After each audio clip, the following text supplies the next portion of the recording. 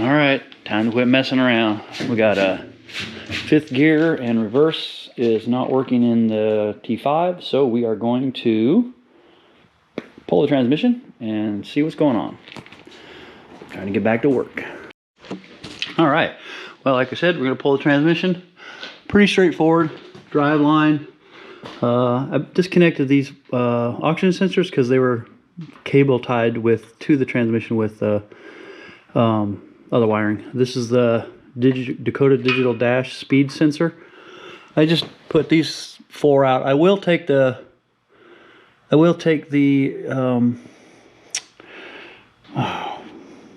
yeah, I'll take that out later and look at inspect the clutch. It is all new, so I want to make sure we were adjusting it correctly. I didn't have too much lube. It looks like some stuff was leaking. Anyway, this guy came out, shifter came off, transmission out. I started tearing it apart and realized, well, here's how far I got. This stuff right here. Started tearing it apart and realized, oh, I should probably video this. If you guys want to see a really good video on T5 rebuilding, Eric, the car guy, has it was a few years back, but he did a 2-part series on tearing it apart and putting it back together and that sort of thing. How to tell a world class from a non-world class. I believe this is a non-world class.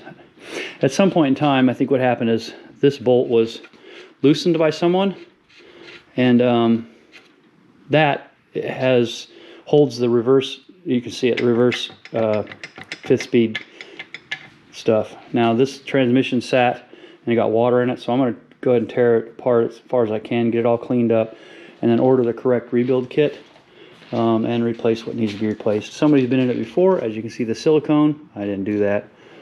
You're not even supposed to. There's like a little tiny bit of silicone. That's way too much. Yeah, this is the reverse switch, and what's really cool is I didn't realize it, but I've got the reverse switch wiring, and I also have this wiring that goes from the engine compartment down to the transmission for reverse switch. So I'm going to install that so that I can have reverse lights working. I was trying to figure out how to wire that, but I don't have to worry about it now because I can use the factory stuff. Anyway, we're going to finish tearing this apart, clean everything up, get some parts ordered, and then go from there. All right, T5 rebuild process. We got everything kind of cleaned up.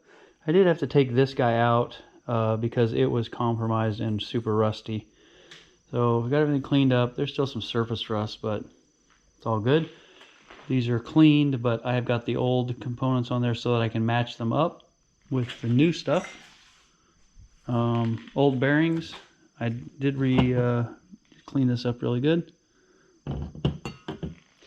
This is the new synchronizer that goes on here. That gets press fit onto this guy. So I got all of the sliders assembled. I'm worried that I might have this backwards, so I need to check that. But get this guy assembled. I reused the old wing style because the wing style is better than the standard style. So these are, even though these are new, they're not wing style. So anyway, I reuse those. So the next step is to put these components on this shaft here and press fit it on. And then I'll switch to this side and also press fit this guy in here, which goes flush. And then I can set the bottom in and press that other bearing in over there. All right, so we're going to start doing some pressing. All right, so we got this guy all together. I did it last night, so it's all sealed. The sealant is solid and good. Just a little bit around the edges and on the threads here. New O-ring. Everything's installed as best we could. And then I got this guy cleaned up. I got the bearing in with some assembly lube, a little plasticky doodle. And we're going to try and get this on, the tail shaft on. So we got to get this seated in and slide that on. So I'm going to put some sealant on this guy and see what happens. All right, we got the transmission back in, drive lines in, all my stuff's buttoned up, topped her off with automatic transmission fluid because that's what they take. Went down to the store and got new bolts because it was through bolted, which wasn't right, but that was what we did to get her going. These are 3/8 fine thread bolts. It's the only non-metric bolt in the entire transmission. It is definitely not a 10, 125, 150, whatever. It's not. We tried it. This, I took the part from the transmission down to the hardware store, and we could spin these all the way in. They're 3/8 fine thread, and they're 3/4 inch long. So that's weird. Couldn't find any shouldered bolts that had the 3/8 fine thread. And I put my center caps in. Didn't have those. I ordered them. And then I noticed when I was messing with that, there's no nuts on the shocks. If you look up here, the shock's just kind of floating there. I don't know if you can see it in there. Yeah, you can see it. So, yeah. I'm gonna have to go to the hardware store and get some. Those are 5/16 fine threaded also. It's not 16, but 20 or 24. So I gotta go get 4 of those. Yeah, that's what happens when you push hard. You forget to do stuff, and I can't find those anywhere. So we're gonna do that, get those on, and take her for a test drive, see if the transmission works. All right, so just tidying up some wiring now. I have the correct connector, but I wasn't 100% sure about wiring. So what I did was I plugged them into the connector without the connector on it. Made sure everything works. Have an extra wire and a blank hole, but my wiring diagram shows the same thing. So I'm gonna go ahead and insert that just in case there's something we can add or something. I don't know what it's for. But everything works. I've got the blinker on this, the right one works, the left one doesn't, so I think I've got the wrong wire plugged into that system, and I need to connect these. So the dash will come out one more time, but horn works, it's all good. All my blinkers work. We found back here that inside this guy there's a phenolic plate that has the 2 contacts in it, and it had rotated, so they were backwards, so it was ending up backfeeding through the light bulb, the circuit, and it was kind of messing up a lot of stuff. Once we did that, we got it fixed up. The battery went bad because I let it go dead, and yes, it sat outside in a windstorm for a minute, and so I got pine needles all over there. But I'll do a video, I'll get it back together. Oh, and the horn switch was shorting out because a piece of metal, a plate was put on incorrectly. So I'm going to redo the steering wheel connection and the horn button, because if you look, there's a gap here, right here, and there shouldn't be. That plate, that gold plate, if you can see it, actually goes underneath the steering wheel, I believe. And then this will sit flush, and everything will be fine. Yeah, so I'm gonna do that. I'll put it back together. I'll see if I can fix that Dakota digital connection, and then I'll do a walkthrough with all the lights and stuff, so you can see everything works. Okay, I've got this replacement connector for the steering column. It will not seat properly on the original connector. I'm going to do this until I can get a replacement. They're seated in there, and then I heat shrunk them to keep them from shorting out. This is the extra red wire that I think should go there on a different optioned vehicle maybe, but there's nothing on either side in that connection. So that's going to be that. I'll clean it up a little bit with some tape, and then that'll be a temporary solution until I figure out what to do with this. Then tapping into the engine harness here, there's a keyed hot wire there, and I'm routing over to the alternator. I checked these that traditionally go to the alternator, and none of them are keyed hot. There's one hot, I'm sorry, there's 2 hots always, and then one that goes back into the gauge. So we're going to run that keyed hot wire over here and connect it to these, the yellow and the green, and take it off of this terminal. And that way it won't kill my battery. I had that permanently hot and it was killing my battery. Thought it wasn't going to be a problem, but after you forget a couple times, it is a problem. That'll finish up the wiring as far as I'm going to go for right now. I still need to put this guy in, but this is the next thing. So this is that 4-prong plug. You see it's got a loop back on it from the factory. This goes down to this. So this connects to the reverse switch on the T5 transmission. And this is the reverse lockout cable. It goes down to the transmission also. So I'm going to integrate these two together and plug them in right here. You notice I made a loop back, but now it's it'll be back to factory, and then the other 2 wires will go down to the lockout like it's supposed to. And then I got the rear bumper mocked up. The bolts are just in it.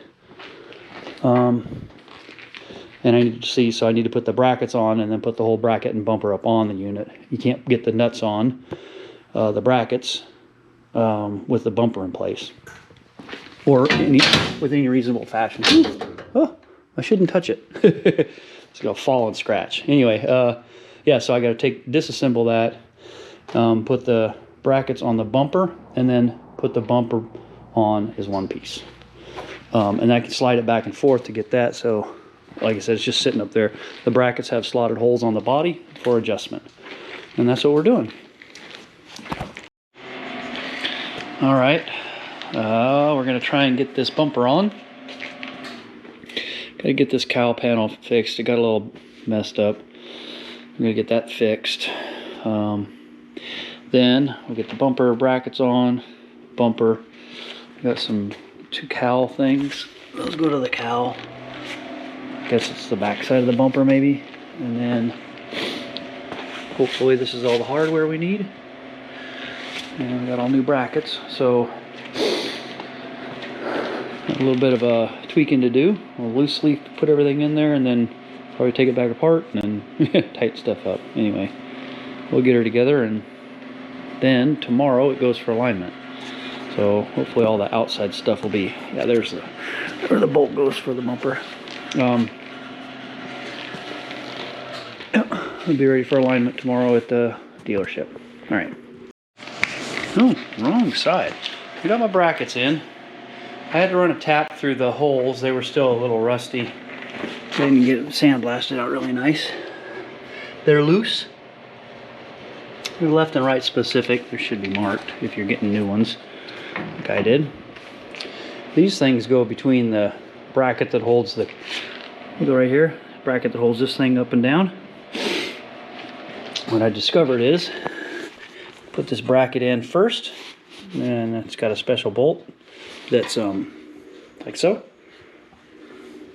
That will allow you to get, after the bumper's placed, you can get this guy in and then nut and bolt it from the back inside the fender well.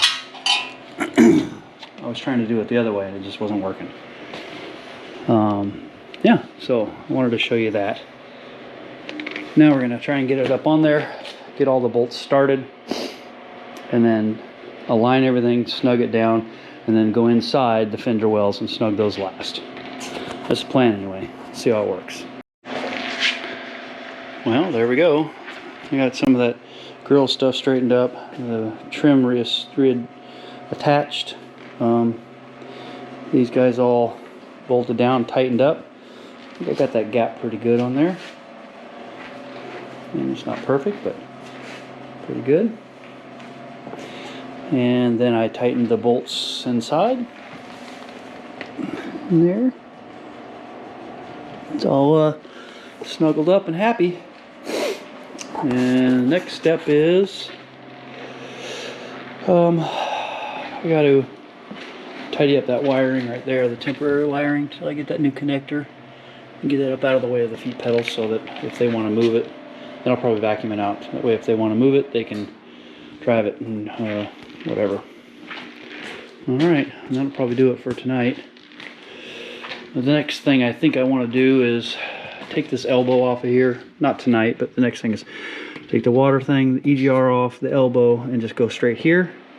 And then probably to a 90 and come out here with a cool air intake or something, you know, a cone pod filter or something. Not that I'm trying to save anything, but I don't like this. So there we have it. Yeah, that'll do it for tonight anyway. Alright, looking good. I like it. Bumper's on. Front bumper's on, looking good. I don't know if you've heard a video of it running, but Figured I'd throw one in there just to see how it's going. It's cold outside up here in Washington. Coming together, looking really pretty. I got the trim pieces for the bottom end. I'm gonna put those on, and the rear tail light. I'm sorry, the license plate light. And that new horse emblem is on back order. So I've got one I can clean up and put on there until then, but for now we're probably going to just leave her out. I don't think so. I'll add it. Loving the Dakota digital dash. I still got to tune it for the mileage. All the gauges are working. It's just now coming up to temperature. Today we're going to try and put the the next thing we're going to try and do is put the radio in, trim the brake pedal down there, and put the clutch pedal and stuff on. So a little bit of inside work next. The outside's almost 100%. Like I said, those lower trim doodles and tail light. I probably should have washed it, but I just wiped it down.